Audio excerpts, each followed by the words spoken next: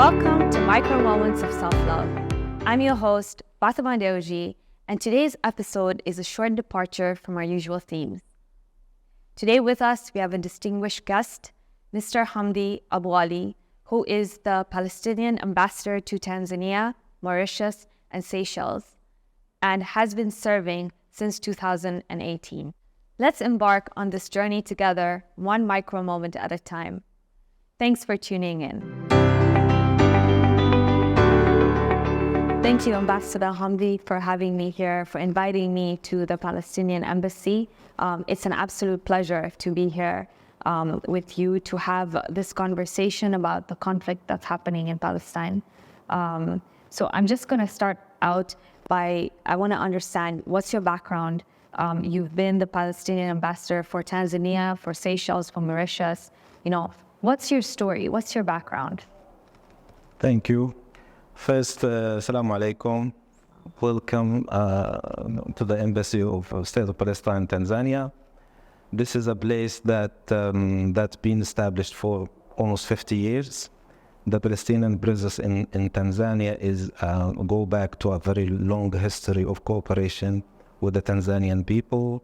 Our leadership was among the first who cooperated with the freedom fighters in the whole of the southern of Africa, and our leaders were very close with the Tanzanian leadership, especially Muallimu Nyerere and Yasser Arafat. So we have a long history between Tanzania and Palestine, and we are so proud to be in Dar es Salaam for all of this time.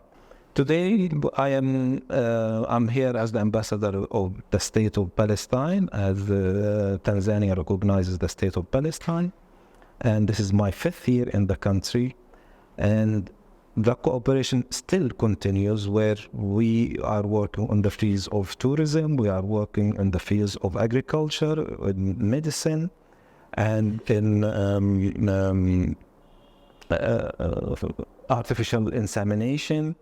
So we have doctors who came here, we have investors who came here, we have agriculture experts who came here. Now, referring to the situation in Palestine, you might hear the news. Our story also goes back in history. The Palestinian people have been subjected to the last colonial power on earth. This is the last occupation on earth. All countries who were oppressed and colonialized by the West, if not all got their independence, but Palestine remained in the process of. The unique situation in Palestine that this colonial power, supported by the West and America precisely, did something differently from the oppression and the colonial occupation of Tanzania, for example, where they start to bring people, to bring citizens from other countries and place them in Palestine, and within a total project of eliminating the presence of Palestinians in their own land and give the whole land to those immigrants coming from the entire world. So this is the general idea behind the creation of what is called Israel on the accounts of us. Now, the problem of Israel is different than the problem of the Jews. In Palestine, before 1906, when this idea, before the 17th century, they were Jews. They were Palestinian Jews, lives in Palestine as Palestinians. And they speak the same language, we know the same culture, the same heritage, and we had no problems with them. In a city, in my old city called Naples, we had Jews as our neighbors, who are Palestinians, Jewish Palestinians. There is no problem with that. The political problem that the West brought as a colonial power, that they start to bring people from all over the world, call them Jews, and give them the right to be in my country without my consent and with the intention of eradicating my presence in my own country. For example, My grandfather used to be in a city called Bisan, in English, Bisan. Okay, this Bisan, when the war broke, Jewish settlers who came from Ukraine took the house that my grandfather built with all of its furniture, with the farm around it, with the trees around it, with the animals in that place, for free, by force. And they pushed my grandfather to be a refugee in Nablus, back to his own city. This is different from other colonial projects. Like in Tanzania, when the Germans or the British colonized Tanzania, they did not bring British and German people and place them in Dar es Salaam and say, no Tanzanian is allowed to live in Dar es Salaam. Imagine this is the situation we are in now. So if I can understand what you're saying is, it's not that the Palestinians needed help, like with colonialism, where they needed people to come in and build their country. Palestine was already okay. It's just that, from my understanding, that people were displaced after the World War, and so they needed a place to go, and therefore they came there. Palestine in the 30s and in the 20s, in the 1920s, was one of the most richest countries in the Middle East. Palestine was one of the most, if not the most advanced country in the Middle East in 1920s. Yeah. That's why Israel, when the Israelis came the first time, they say it's paradise there. Because everything is ready. Streets are ready, buildings are ready, facilities are ready, infrastructure is ready. So all what you need is to terrorize these people and push them away, and you take everything.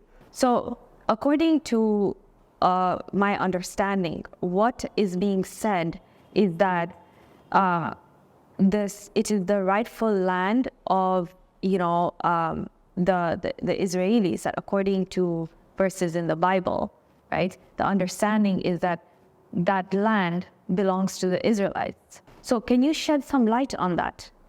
The only people who respected the Jews, as religious people, was the Muslims. Through the Khilafah Islamiyya in Andalusia and in the Ottoman Empire.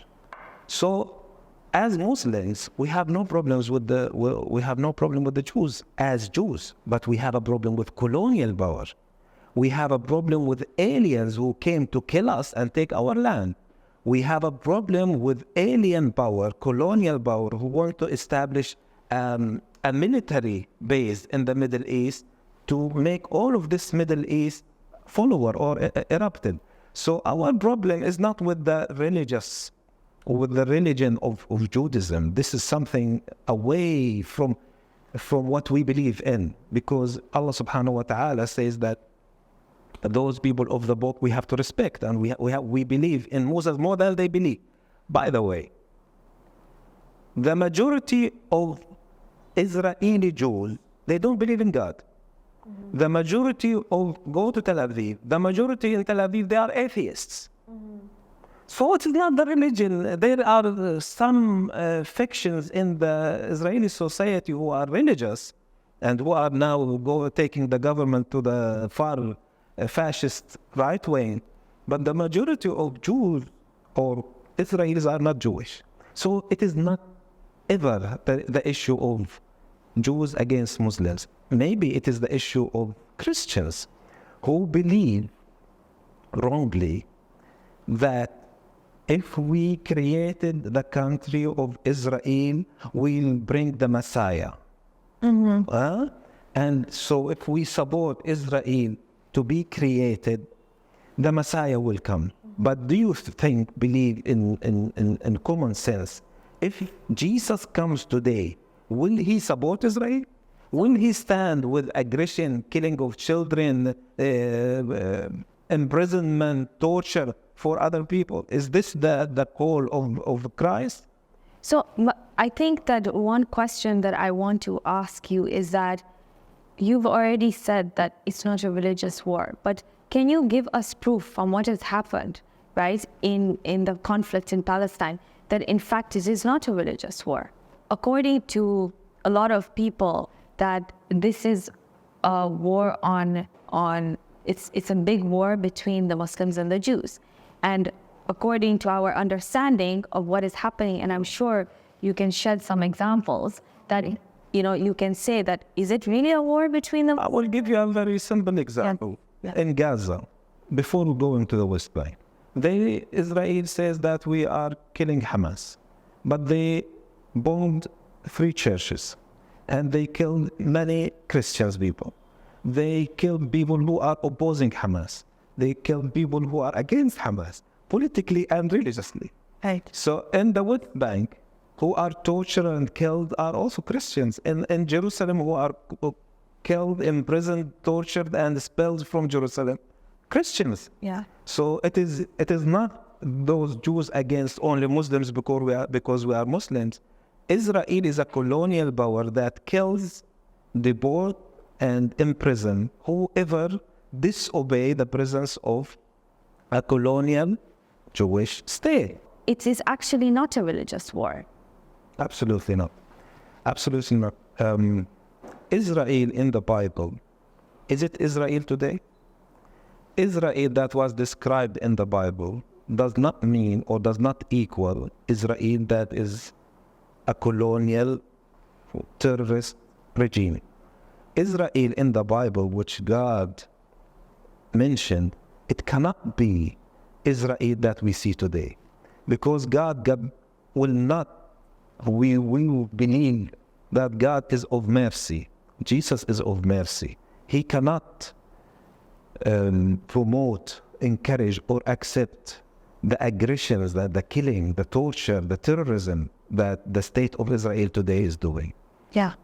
There are colonial powers, rich colonial power, who thought that this is an opportunity to exercise our colonial scheme by utilizing all of this Western Christian people on our side and make it a religious war so we will get the support. But it has nothing to do with the Israelis, with religion, with God. God will not accept this behavior of this terrorist regime to be affiliated with him. Never. Not God, not in the Islamic or in the Christian narrative. Jesus will not. If Jesus today come, he will stand with the Palestinians, not with the Israelis, not with the West.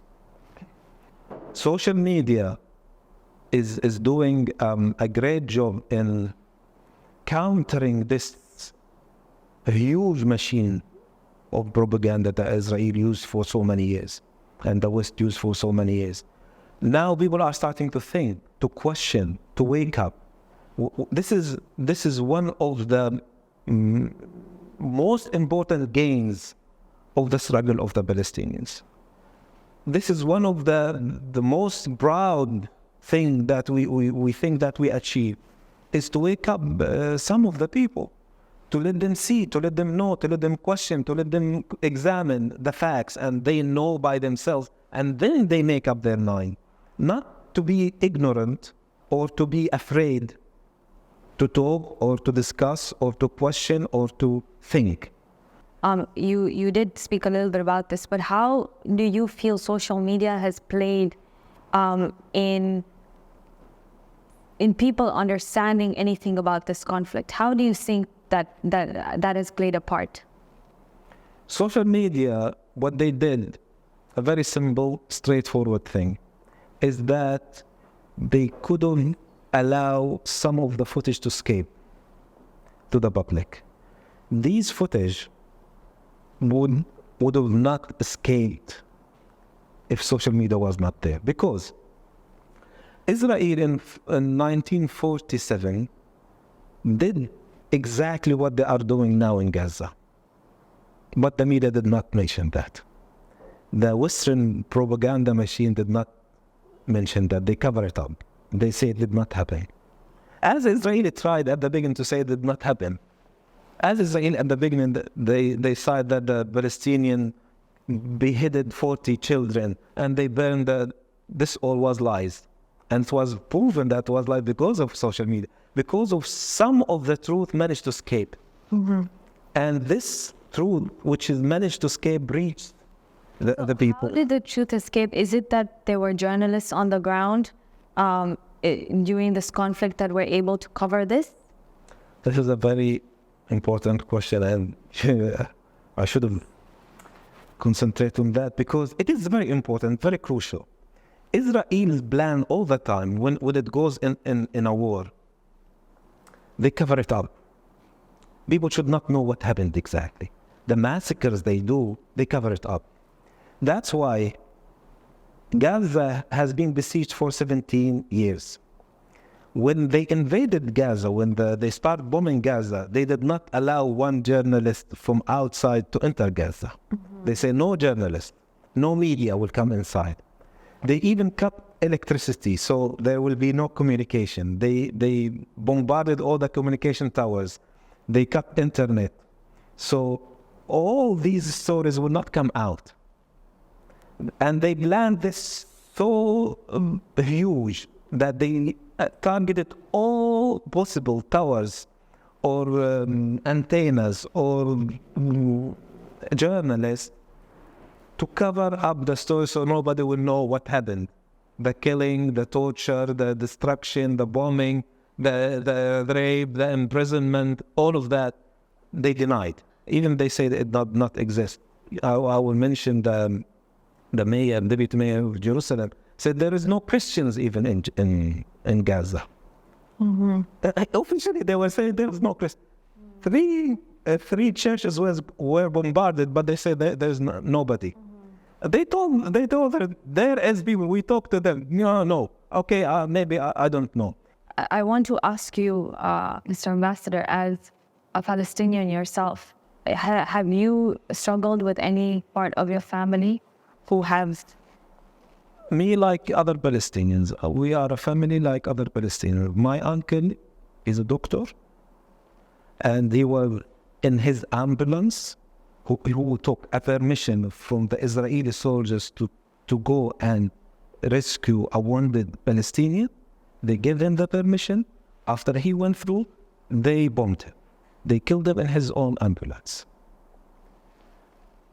Our house was raided maybe 5 times when we were sleeping.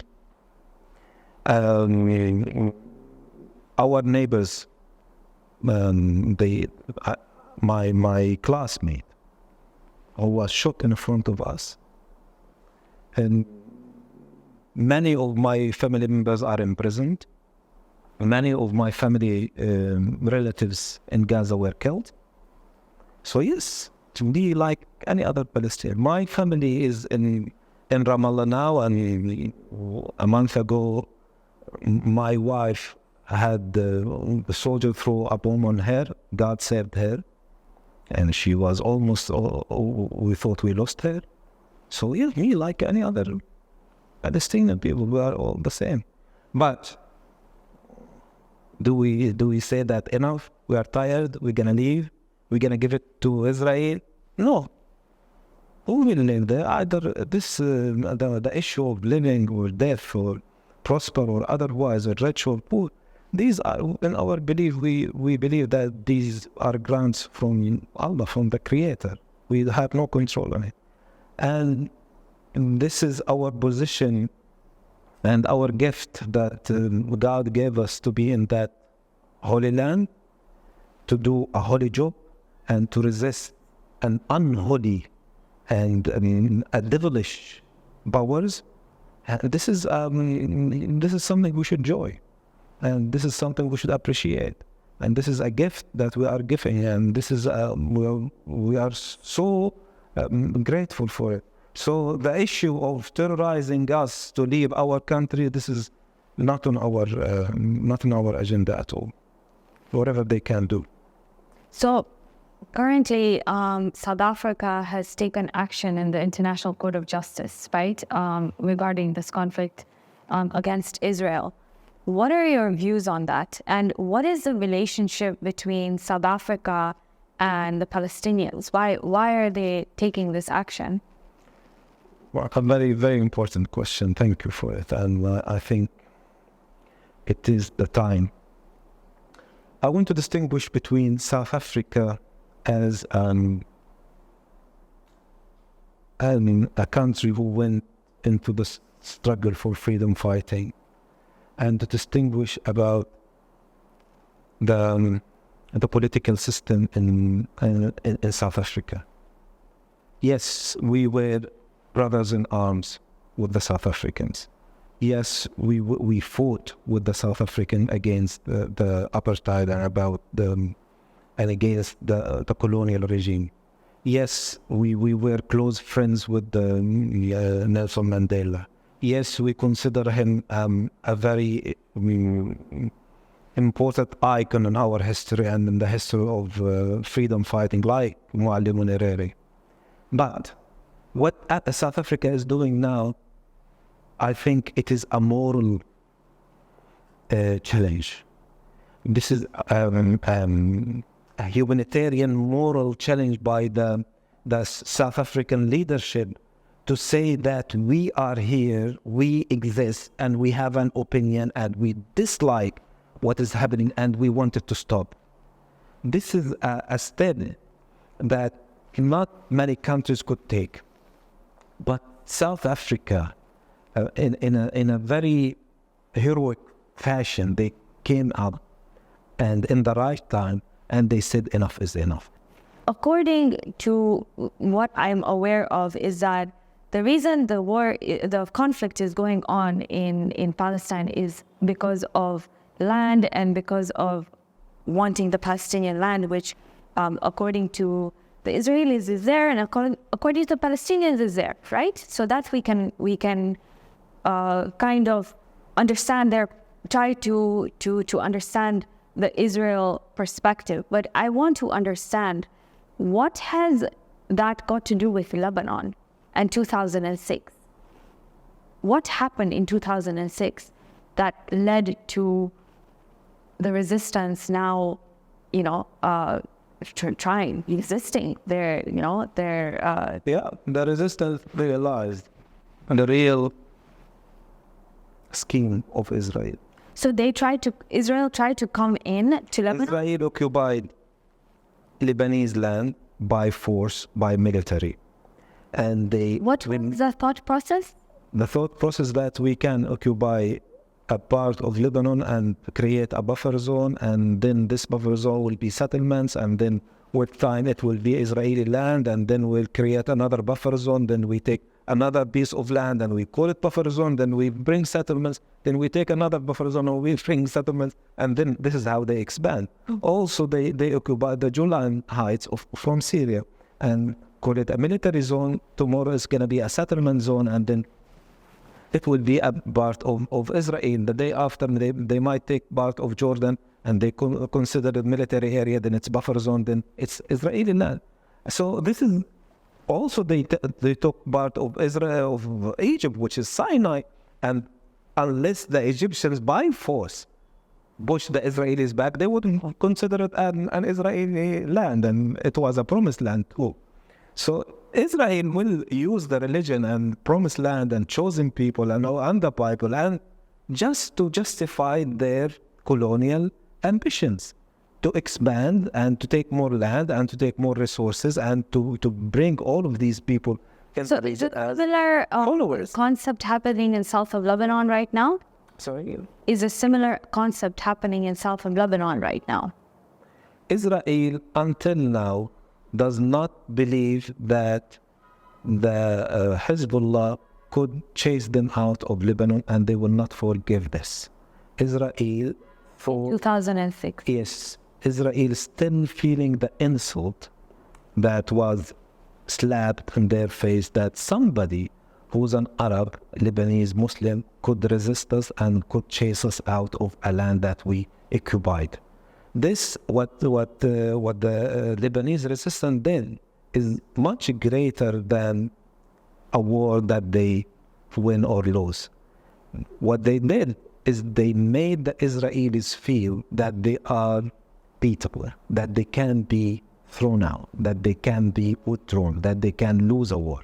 And this is one of the things that the Palestinian resistance is doing now, to show the whole world that Israel, with all of its money, power, intelligence, communication, and cooperation with the West, could not predict what happened on the October the 7th.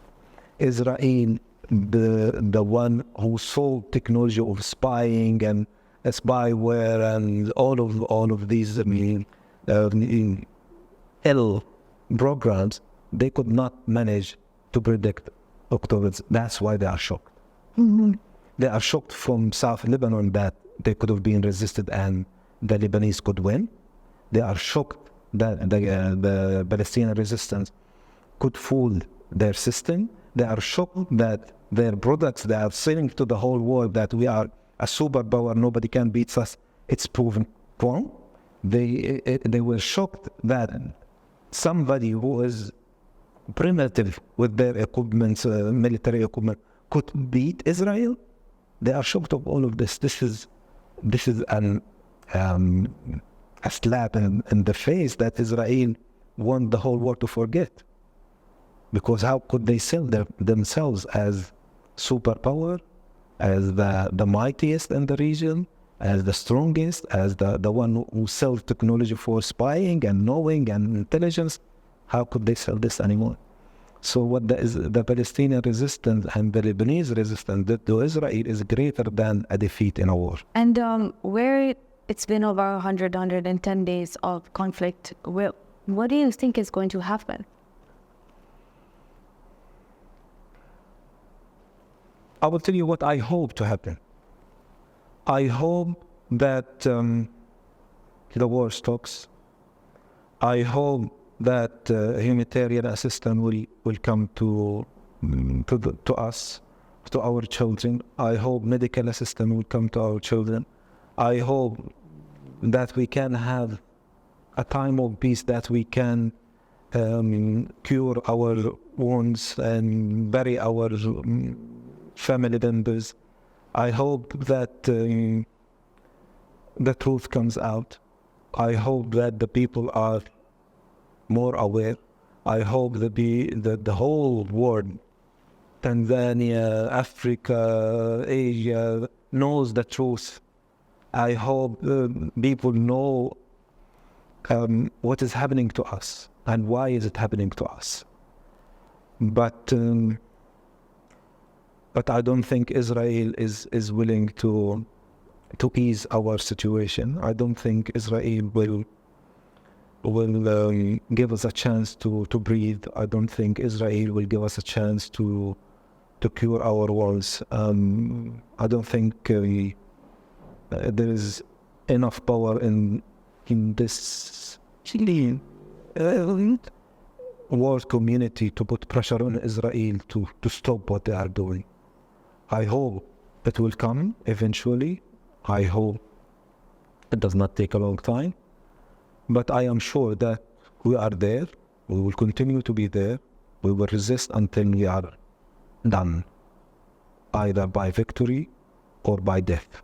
But from our point of view, we will resist, and we will continue resisting until this evil stops. And hopefully in that process, people will learn. Hopefully in that process, other initiatives like South Africa will come forward. I hope in that process, we can make our voice reach other nations. And I can see there's a change in the youth in the Western countries and in the world. People are starting to know, to realize this is a great achievement. But unfortunately, with the Israeli mentality now, I don't think Israel is ready to cease fire or to give us a chance to live. And as a Palestinian human being, put aside your title, okay? What would a peaceful Palestine look like if you had a magic wand? What would a peaceful Palestine look like for you? Very simple, where I can sleep without fear, where I can go send my kids to school and university without fear, where I don't think that they will be killed or imprisoned in the way in or out, where I can see my country, where I can go back to my grandfather's house, where I can live without fear, with hope, where I can exercise my potentials in my own country and benefit others. This is all what we are looking for. And I think these are goals that many have the opportunity to exercise, but we don't. And, as a last, for our viewers, what are any last words you have to say, for them to take away with them after this interview? I have a plea, please. One thing, before you judge us, before you take a stand, before you criticize us, before you torture us further, know the truth. Ask about the truth. Investigate the truth. Examine the truth. Examine what is being fed to you by Western media. Before you judge us, we are a nation looking to live in the simplest way, in freedom. That's all. We have no other intentions against anybody else. We just want to be free. We just want to be normal. We just want to have what you have here. I just want my kids to have a future in my own country, in my own homeland. The thing that my ancestors, my father and my grandfather and his grandfather fought to keep, I will continue this. But please, here, before you judge, think, study, investigate, look for other resources. Before you criticize, before you take a stand, before you think it's God, before you claim it's Jesus, before you say it's the Israelis, before you say the Palestine, before you say it's Amalek, before you say that we are the aggressors, read, understand, investigate. This is what God gave you. It gave you a brain to use it to think. Then judge. Please, before, I wish that somebody from the listeners take a position with us or against us after he know the facts, not before. That's all what I hope for. And I want to thank you for giving me this opportunity. And I want to thank you for talking about these issues. Maybe if we have 2, 10 or 20 people who realize something in you or who learn something new, I think you did a favor and God will reward you for that. And I hope this is a beginning of education, this is a beginning of knowledge, and this is implementing what Muhammad, Jesus, Moses, and Allah emphasized on, of giving the people the knowledge and give them the choice. Yes. Thank you so much. Thank you so much for this opportunity as well. And we pray for peace, and we pray for the safety of everybody there, and we pray that a resolution is found very soon. Inshallah. Inshallah. Everything is possible. Inshallah. Shukran. Thank you.